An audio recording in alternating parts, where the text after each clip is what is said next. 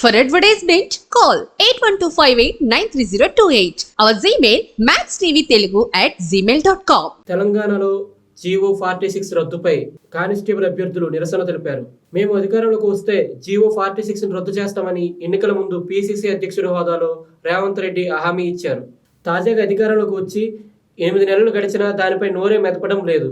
ఎన్ని మార్లు విన్నవించినా తమ గోడు ఎందుకు పట్టించుకోవడం లేదని కానిస్టేబుల్ అభ్యర్థులు సీఎం రేవంత్ రెడ్డిని, మంత్రులను ప్రశ్నిస్తున్నారు.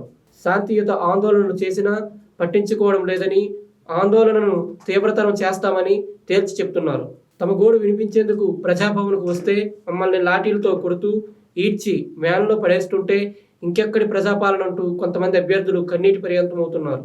46 జీవో రద్దు గురించి ప్రభుత్వం కేబినెట్ సబ్ కమిటీ వేసి నెలలు గడుస్తున్నా నేటికి అతీగతి లేదని బాధితులు ఆందోళన వ్యక్తం చేస్తున్నారు. 46 జీవో ద్వారా ఉమ్మడి ఖమ్మం, నల్గొండ, మహబూబ్ నగర్, వరంగల్ జిల్లాల బాధితులకు ఎక్కువగా అన్యాయం జరిగింది. ఆయా జిల్లాల నుంచి ఒక్క నేత కూడా జీవో 46 పై వేసిన కేబినెట్ సబ్ కమిటీలో లేరని బాధితులు పేర్కొంటున్నారు. ఇప్పటికైనా తమ డిమాండ్లను పరిష్కరించకపోతే ఇక నుంచి రాష్ట్ర వ్యాప్త ఆందోళనను ఉధృతం చేస్తామని హెచ్చరిస్తున్నారు. భర్తీ చేసిన వారి పోస్టులు తొలగించాలని మేము చెప్పడం లేదు. 1200 వరకు ఖాళీలు ఉన్నాయి. ఇంకొన్ని సూపర్ న్యూమరీ పోస్టులను క్రియేట్ చేస్తే మా సమస్య సులువుగా పరిష్కారం అవుతుంది. రాష్ట్ర వ్యాప్తంగా సుమారు 2000 మంది మెరిట్ విద్యార్థులు నష్టపోతున్నారు. దీనిపై సీఎం రేవంత్ రెడ్డి స్పందించాలని కానిస్టేబుల్ అభ్యర్థులు డిమాండ్ చేస్తున్నారు.